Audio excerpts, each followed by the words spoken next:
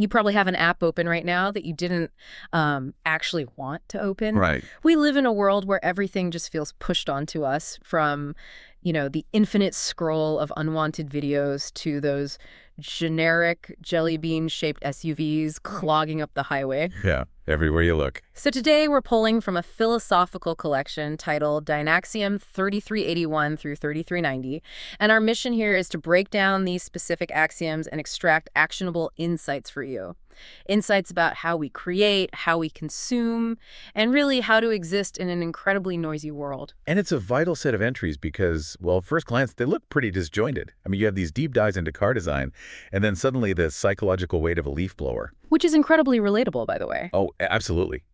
But underneath all of that, it forms this really fascinating commentary on authenticity versus artificiality. Okay, let's unpack this. We have to start right at the source of all human output, which is creation. Entry 3382 sets the stage here, and it's a pretty stark reality check. It explores how the world fundamentally changes when things are made purely for the sake of money, rather than, being approached for the sake of themselves. Yeah, when profit becomes the only lens. Exactly. The text suggests that when that happens, we completely lose the soul of an object. The deep aesthetics, the intentional design, the actual craftsmanship. And we can see this loss most clearly when we look at what has actually survived it. The text points to luthiery, the making of stringed musical instruments. Oh, wow. Yeah. Think about what actually goes into carving a violin. It requires this sustained manual effort, months or even years of absolute rigor, completely disconnected from the frantic pace of mass production. Right, they aren't assembly line items. Exactly. A luthier isn't just trying to hit some quarterly sales target. They're engaging in what the text beautifully calls the revelatory discovery of beauty. The revelatory discovery of beauty, I love that. Right, they're literally uncovering the resonance in the wood. Which is, it's the exact opposite of what you see sitting in traffic every morning. The source uses automotive design to highlight this collapse. Oh, the SUV comparison. Yeah. If you think back to cars before the 2000s, automakers obsessed over tiny, distinct details. You had, unique taillight shapes, intricate side trim, vinyl tops. You knew exactly what kind of car was in front of you. Exactly. But today, SUVs are almost universally generic. They look like slightly different sizes of the exact same blob. Because taking the time to design a unique, intricate tail light well that cuts into profit margins, stripping away the soul of the design, actively increases efficiency. Right. And this isn't just an isolated observation. The text builds a really fascinating framework around this using several cross-reference entries. For instance, entry 0187 maps out how, when everything works equally well and sells for roughly the same price, design is the only true differentiator left. Which makes sense. And then entry 0580 taps into human nature. It says the eye naturally expects good design, and the heart affirms it when it sees it. But then extreme monetization gets involved, and we end up settling. Right, which pulls in entry 0834, showing how design shifts from a pursuit of beauty into just a mere marker of brand and class marketing. It gets even darker with entry 1264. We normally assume design is meant to make our lives easier, right? But when monetization takes over, we introduce the possibility of making things deliberately difficult. Oh, like trying to cancel a subscription service online. Yes, exactly. That agonizing user interface is intentional design used against you. And you contrast all of that commercialization with entry 1541, which looks at nature. In the natural world, all design happens for a clear, survival-driven purpose, which the text calls aesthetic innovation. So because of this slippery slope of monetization, we've just, collectively capitulated. What used to be this intentional experience is now just a perfunctory, frictionless affair. We click a button on Amazon and a cardboard box shows up. We literally have to resort to buying vintage items just to experience true aesthetic effort. Which brings us to the anxiety of entry 3383. The statement here is incredibly blunt. It says, we make art, we don't request it. We make art, we don't request it. Right. And it points out that the etymology of the word art literally means to make. Ah. This is where the text dissects the whole current era of AI prompt crafting. It exposes this massive cognitive dissonance. Typing a prompt into an LLM or an image generator is functionally identical to ordering from a menu. Right. Or writing out a recipe. Exactly. Yeah. You're issuing a command, but you're remaining completely hands-off from the physical friction of creation. There is this brilliant, kind of awkward analogy in the text about a postmodern dinner party. Oh yeah, the dinner party. Imagine you invite all your friends over for a feast. You wrote out all the recipes. Maybe you even used an LLM to perfectly balance the flavor profiles. But you had someone else, or something else entirely, do the actual cooking. And then you sit at the head of the table, basking in the glow of your guests' compliments, thinking they love you for your creations. But you fabricated the whole dynamic. You didn't chop a single onion. That analogy perfectly captures the emptiness of outsourcing creation. You're taking credit for the destination while skipping the entire journey. Are we losing the soul of creation by turning into directors rather than makers? I look at it like ordering a custom car. How so? Let's say you go online, you pick the exact midnight blue paint color, you select the specific leather stitching for the seats, you choose the rims. You might feel like a creator in that moment, but you didn't build the engine. You can't put on a jumpsuit, walk into a garage, and claim you're a mechanic. It's a vital distinction. And if you take that a step further, the text shows how outsourcing the actual making robs us of that revelatory discovery of beauty we talked about with the luthier. Right, because you aren't discovering anything. Exactly. When we are just compiling prompts, we are just rearranging templates. And if that first dynamic is about the declining quality of what we make, the text flips the mirror in section 2 to examine how we are forced to consume the output of others. Right. We're moving from making to consuming. This is the shift from push versus pull media in entry 3387. Yes. The text compares the pre-2010 internet to having an appetite for a burrito. I love this analogy. If you wake up and you want a burrito, you actively go out into the world, you find a taqueria, and you pull that burrito to you. You sought it out to satisfy a specific craving.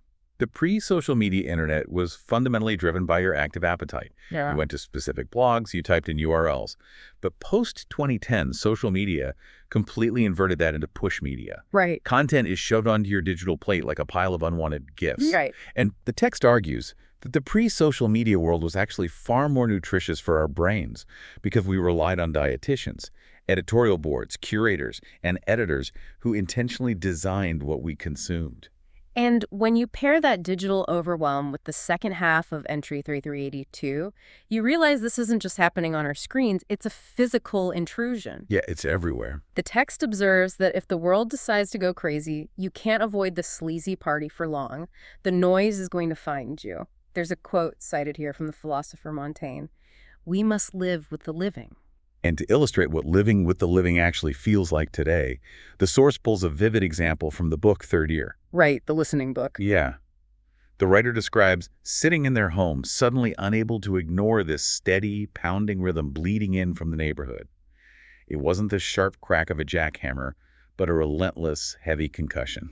That's the worst. And just as they try to process that, it morphs into the high-pitched whining of a leaf blower. They desperately wanted to tune it out, but they ultimately had to surrender because the noise was so invasive. And then it gets worse. Right. 2 nights later, that same writer is violently woken up at 3 a.m. because their own furnace decided to blast unneeded heat into the house based on some automated setting. Okay, here's where it gets really interesting, and I have to push back a little bit on the burrito analogy. Okay, let's hear it. Isn't social media just a giant buffet that we willingly walked into? I mean, are we really victims of this push, or do we just secretly have a taste for unhealthy food? We're the ones holding the phones. That is the exact trap the text anticipates. It asks the tough question. Are content creators maliciously ruining our attention spans, or are they simply pandering to our most base desires? Right, hitting those sweet and savory receptors. Exactly. The text observes that people naturally gravitate toward unhealthy foods. Yeah. But more importantly, we gorge on the junk because we literally lack the time, the space, and the mental energy required to seek out nutritious alternatives. Yeah. If you connect the algorithm to that physical 3 a.m. furnace blast, the mechanism becomes clear. Social media is an automated system running in the background of your life, blasting empty calories into your brain whether you need them or not. It's invasive. It is. It's unavoidable, and eventually pure exhaustion forces you to just surrender and keep scrolling. And when we surrender to that noise, when our baseline diet consists of algorithmic junk food, our psychology fractures. Which brings us to the third theme in these texts: cults, nostalgia, and collective illusion. This is where it gets really heavy. Yeah. Entry 3381 distills this down to a single brutal sentence. A cult is a club that went bad. And to understand exactly how a club spoils, we look at entry 3384, which is notably dated November 16th, 2025. It maps out how nostalgia physically blinds us to shadows. The text points out that humans typically possess the capacity to blindly worship a hero or an artist for about 5 years. After that half-decade, we usually move on. But the danger is that lifelong vestiges of that adoration remain embedded in us. Exactly. Purely because we become nostalgic for the era when they were our heroes. We fall in love with how they made us feel, so we intentionally blind ourselves to their inevitable falls from grace. The text suggests we collectively capitulate to ideas just to maintain the illusion. It uses the Mona Lisa as an example. We all collectively agree that the Mona Lisa is the pinnacle of artistic achievement. But as the text bluntly puts it, I don't have a framed print of it, and seeing it at the Louvre is not a bucket list item. Right, it's an illusion of value that we all just agree to uphold so the club doesn't fall apart. Because maintaining the illusion is easier than admitting we've been worshiping an empty pedestal. The text notes a profound psychological trigger here. It's not that Da Vinci or the Mona Lisa inherently possess shadows, but rather that the very act of exalting a person or an object to an untouchable level is what summons the shadows. Because you demand perfection. Exactly. When you demand perfection from something, the reality of its flaws becomes glaring. Eventually, the object of your worship begins to give off an odor. It simply doesn't pass the smell test anymore. So the author compares this political movement to millions of people working frantically together on the exact same canvas. By participating in this massive group project, they get to feel like celebrity artists. They collectively convince themselves that the painting they are making is a flawless Da Vinci, when, objectively speaking, the actual output might be a chaotic mess. The core mechanism the author is exposing there is the terrifying momentum of collective delusion. Whether you are looking at an art movement or a political faction, the leader of the cult only have one real job: keep the illusion of the masterpiece alive. Right. And this introduces one of the most vital concepts in the entire collection: perpetuity. In finance, a perpetuity is a contract that pays a steady stream of cash infinitely, forever. As long as the underlying asset doesn't collapse. Exactly. Cults attempt to operate on a psychological perpetuity contract. They demand infinite, compounding loyalty. But the text notes they inevitably lose viability as the original followers age out, unless they can achieve something incredibly difficult. They have to become morphic fields, Yes. meaning the energy and the rules of the cult essentially take on a life of their own, hovering in the culture, completely transcending the original members. The belief system becomes self-sustaining noise. The text actually notes that Democrats could theoretically try to engineer their own cult using these exact same mechanics, but suggests they are, quote, too afraid to take such a low road. And then Entry 3388 brings this massive collective dynamic crashing back down to the individual level. But so what does this all mean for us? This really makes me wrestle with the core premise. Doesn't collective agreement inherently give something its value? What do you mean? Well, if millions of people agree that the Mona Lisa is a masterpiece, or millions of people agree on a specific political vision, doesn't that massive agreement make it a reality, even if it started out as an illusion? It undeniably gives it power, and it gives it momentum, but it does not give it intrinsic value or truth. And that distinction is the exact danger of the perpetuity contract that the author is warning you about. When you exalt a person or an ideology to an untouchable level, you are required to suspend your own critical thinking. You are actively outsourcing your grip on reality to the loud consensus of the group. So the explicit warning here is to be incredibly guarded about who you choose as your heroes. Exactly, because the intoxicating power of nostalgia will eventually permanently blind you to their shadows. Which gives us the perfect pivot to our final and really most important section. If the collective noise of cults, pushed media, and algorithmic junk food is designed to completely fracture our attention, how do we actually fix it? Right, how do we reclaim the engine? Exactly. The final entries in this collection, 3385, 3386, 3389, and 3390, serve as a survival guide for how the individual mind can ground itself through genuine thinking. And the defense mechanism starts with Entry 3385. The text advises finding a zeitgeist every single day. A zeitgeist. Yeah. That means locating a specific, defining spirit or idea that genuinely excites you personally to carry you through the day. It makes you immune to the push media trying to dictate your mood. And entry 3386 grounds that idea in something incredibly relatable. It's about the vital importance of evolving into a style that you actually genuinely like. Oh, the Indian food analogy. Yes. If you truly like Indian food, you're always going to like it. It doesn't matter how old you get. It doesn't matter what culinary trends come and go on social media. Right. You'll always have that genuine connection with other people who also love it. It becomes an unbreakable anchor of authenticity in your life because it wasn't pushed onto you. You pulled it toward you. That flows directly into entry 3D389, where the text talks about the concept of being born again, but rigorously keeping your art and your mind secular. This is a profound concept. Wait, born again but secular? So allowing yourself to radically change your mind, but without turning that new mindset into a rigid religion. Yes, it means you are allowed to constantly evolve. You can move from being a neoclassical artist to a postmodernist. You can completely change your worldview, but you must refuse to become a fundamentalist about your new identity. Right. You don't have to retroactively cancel out everything you've done in the past just because you've grown. You remain flexible. You remain a seeker. Which brings us to the ultimate brain teaser of this entire deep dive. Entry 3T390. This entry draws a hard line between thoughts and thinking. If you take away nothing else, this is the crux of the entire deep dive. Let me make sure I'm wrapping my head around the mechanics of this, because we usually use those words completely interchangeably. We do. The text argues that having a thought is actually neurologically closer to being in a dream. When a thought just miraculously pops into your head, it actually shuts down your active cognitive process. A thought is a finished painting. Right. But true thinking is the active, rigorous, often frustrating creative process of discovery.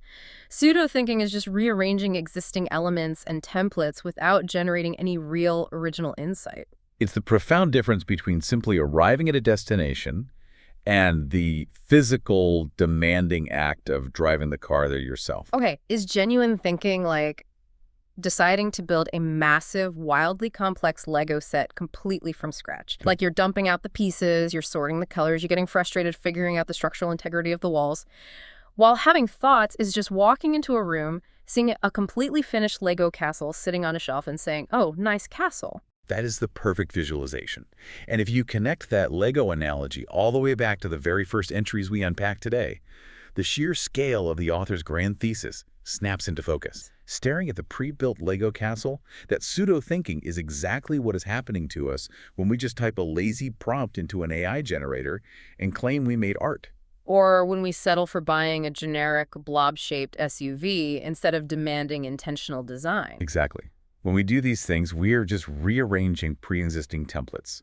We are passively eating from the pushed media buffet. We are staring at the finished painting on the wall without ever engaging in the messy, rigorous process of true discovery. If having a thought is just blankly staring at a finished painting and true thinking is the messy, active, deeply human process of creation, Yeah. how much of your day is actually spent thinking versus just letting prepackaged thoughts happen to you?